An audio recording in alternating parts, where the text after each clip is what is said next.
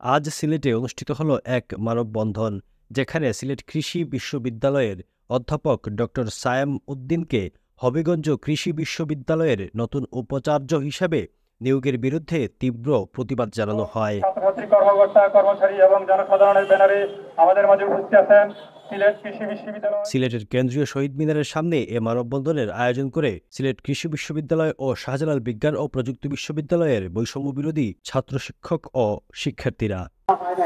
এত অল্প সময়ের মধ্যে কিভাবে দায়িত্বশীল মহল ভুলে গেল এই সকল কিছু, কিভাবে এই দোষরদেরকে একদম আমার শিক্ষা, আমার জ্ঞান, সবকিছুর উপরে আমার সবচেয়ে বড় পরিচয় হলো আমার মনুষ্যত্ব, আমার বিবেকবোধ।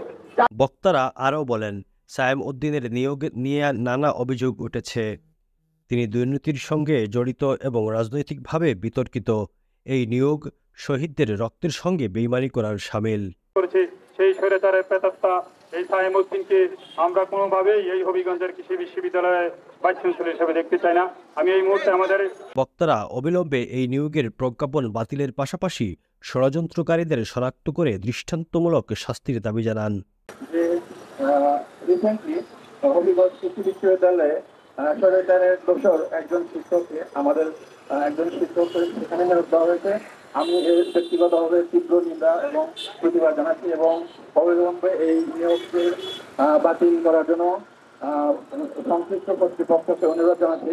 মাসের 3 তারিখ আমরা যখন এখানে বৈষম্য বিরোধী ছাত্রদের পক্ষে ব্যানার নিয়ে দাঁড়িয়েছিলাম, জীবনের ঝুঁকি নিয়ে, চাকরির ঝুঁকি নিয়ে, ঠিক তারপর দিন 14 আগস্ট শান্তি সমাবেশের নামে আওয়ামী ফ্যাসিস্টরা সিলেট কৃষি বিশ্ববিদ্যালয়ে ব্যানার নিয়ে শান্তি সমাবেশের নামে আমাদের এই ছাত্র জনতার বিপক্ষে দাঁড়িয়েছিল।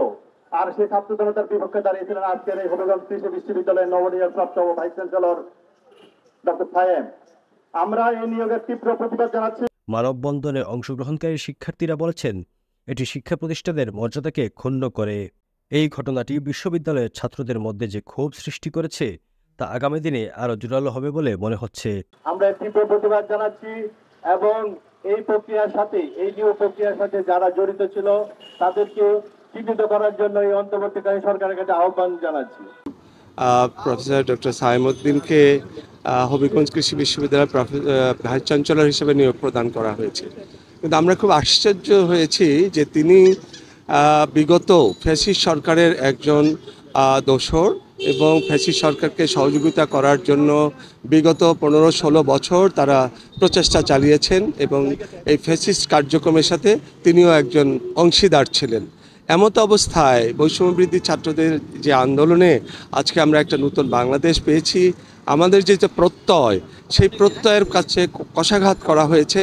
আমরা খুবই আশ্চর্যান্বিত হয়েছি যে এমত অবস্থায় ফ্যাসিস্ট সরকারের একজন দোসরকে কিভাবে হবিগঞ্জ কৃষি বিশ্ববিদ্যালয়ের ভাইস চ্যান্সেলর হিসেবে নিয়োগ দেওয়া হবে। সিলেট কৃষি বিশ্ববিদ্যালয়ে যেহেতু স্থায়ী ভিসি নিয়োগ এখনও হয় নাই, তো এটির আসলে সিলেট কৃষি বিশ্ববিদ্যালয়ের ছাত্র, বৈষম্য বিরোধী ছাত্র, শিক্ষক, কর্মকর্তা, কর্মচারীদের সবারই অন্তরের দাবি যে সিলেট কৃষি বিশ্ববিদ্যালয় থেকে বৈষম্য বিরোধী আন্দোলনে যে সমস্ত শিক্ষক অ্যাক্টিভলি অংশগ্রহণ করেছিলাম, তাদের মাঝ থেকে যোগ্যতম শিক্ষক, তাদের চাহিদা অনুযায়ী আমি তাদের সঙ্গে একমত যে সিলেট কৃষি বিশ্ববিদ্যালয়ের মধ্য থেকেই যোগ্যতম শিক্ষককে ভিসি হিসাবে নিয়োগ দেওয়ার জন্য। আবুল হাসনাত, DSM।